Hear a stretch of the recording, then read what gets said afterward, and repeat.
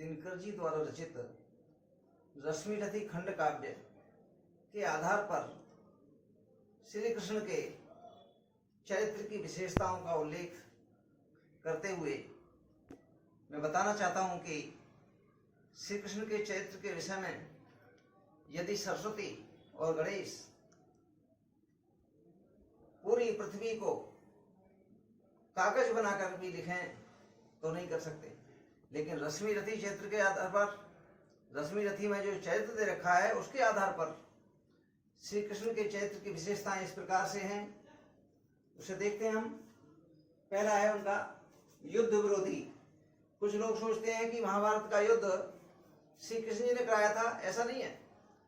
श्री कृष्ण जी तो प्रारंभ से ही युद्ध के विरोधी थे, क्योंकि कौरव और पांडव दोनों से ही वो स्नेह करते थे, दोनों ही उनके संबंधी थे। वो हमेशा युद्ध चाहते थे, युद्ध को बंद करना चाहते थे, युद्ध नहीं चाहते थे। यानी युद्ध के समय जब दुर्योधन हट कर रहा था कि युद्ध होगा ही, सुई की नोक के बराबर भी जमीन देने को तैयार नहीं था, श्री कृष्ण स्वयं संदेश लेकर के गए और अंत में उन्होंने जब सोचा कि युद्ध नहीं रुकेगा तो कर्ण से जाकर के प्रार्थना की। कर्ण से कहा कि हे भाई, यश मुकुट मान सिंहासन ले, बस एक भीख मुझे दे दे, कौरव को तज रण रोक सके, भूखा हर भावी सोख सके। यानी अंत में जानते थे कि कर्ण ही युद्ध रोक सकता है, तो कर्ण के पास उन्होंने ये कहा कि अब तू युद्ध रोक और कौरव को त्याग दे। दूसरा है निर्भीक एवं स्पष्टवादी। श्री कृष्ण जी बड़े निर्भीक थे प्रारंभ से ही और स्पष्टवादी भी थे, जो कहना होता था साफ कह देते थे और निडर होकर के कहते थे। कर्ण को समझाया कि युद्ध को रोक ले, अन्यथा इसके परिणाम बड़े भयंकर होंगे, लेकिन कर्ण ने कहा नहीं, मेरा मित्र है और मैं मित्र के साथ तन मन धन से हूं और मैं आपकी कोई बात नहीं मान सकता, मैं इसमें आपकी कोई सहायता नहीं कर सकता। तब उन्होंने कहा ठीक है, तेरा ये अंतिम निर्णय है, तो मैं कहता हूं तुझे मेरा भी अंतिम निर्णय सुन ले। तो ले, मैं भी अब जाता हूं, अंतिम संकल्प सुनाता हूं, याचना नहीं अब रण होगा, जीवन जय या की मरण होगा। अब अंतिम इसका परिणाम निकलेगा, जो भी निकलेगा। अगला है कूटनीतिक। श्री कृष्ण की कूटनीतिकता संसार में प्रसिद्ध है। वो कूटनीतिक थे, भीष्म पिता में भी उनकी कूटनीति की प्रशंसा करते थे।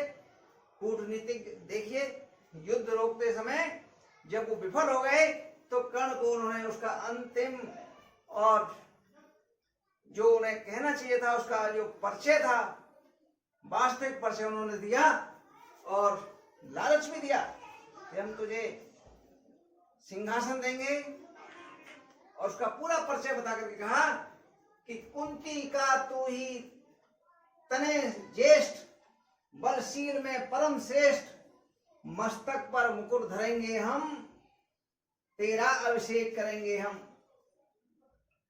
ये उन्होंने युद्ध रोकने के लिए बहुत सारे प्रयास किए, तो युद्ध विरोधी है वो। दूसरा है शीलवान एवं व्यावहारिक। शील बड़े विनम्र थे, प्रत्येक उनके शब्द में, प्रत्येक वाक्य में उनका शील स्वभाव दिखाई देता है, उनकी शील भावना सदैव दिखाई देते हैं, इसीलिए सब लोग उनका सम्मान करते थे। उन्होंने कहा कि नहीं पुरुषार्थ केवल जाति में है, विवाह का सार शील पुनीत में है। और एक और उनका सबसे बड़ा गुण था, वो चाहे शत्रु हो या मित्र हो, सभी की प्रशंसा करते थे। तो उनका है कि गुणों के प्रशंसक कहना चाहिए उनको। वो कर्ण के विरोधी में खड़े होने पर भी कर्ण उनके विरोध में लड़ रहा था, लेकिन उसकी प्रशंसा करते हुए भी वे नहीं थके। उन्होंने कर्ण की प्रशंसा करते हुए कहा, रे कर्ण वीर सतवार धन्य, तुझसा न कोई मित्र अनन्य। इस तरह से उन्होंने कर्ण की प्रशंसा की, तू धन्य और अलौकिक शक्ति संपन्न।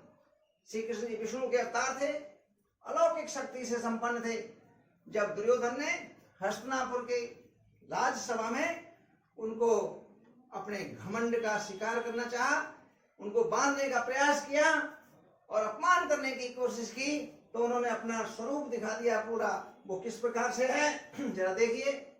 हर ने भीषण हुंकार किया, अपना स्वरूप विस्तार किया, डगमग डगमग दिग्गज डोले, भगवान कुपित होकर बोले, जंजीर चढ़ाकर साध मुझे, हाँ हाँ दुर्योधन बांध मुझे। इस तरह से दुर्योधन का उन्होंने घमंड चूर कर दिया, अपना अलौकिक शक्ति रूप दिखाया और दिव्य रूप दिखाया। एक बार यही दिव्य रूप उन्होंने अर्जुन को भी दिखाया था, जब अर्जुन परेशान कर रहा था। उन्होंने कहा दिव्यम ददामि ते चक्षु पश्चिमे योगमयीश्वरम। इसलिए भगवान जो श्री कृष्ण थे दिव्य अलौकिक शक्तिमान भी थे। वही अश्विनी रथी में भी है और प्रत्येक जगह गीता में भी है, वो दिव्य अलौकिक शक्तिमान थे। यानी श्री कृष्ण दोनों ओर से शुभ चिंतक और संबंधी होने के बाद भी सबकी चिंता करते थे, क्योंकि वो अलौकिक शक्तिमान मनुष्य जब भी बन सकता है जब सबकी चिंता करे।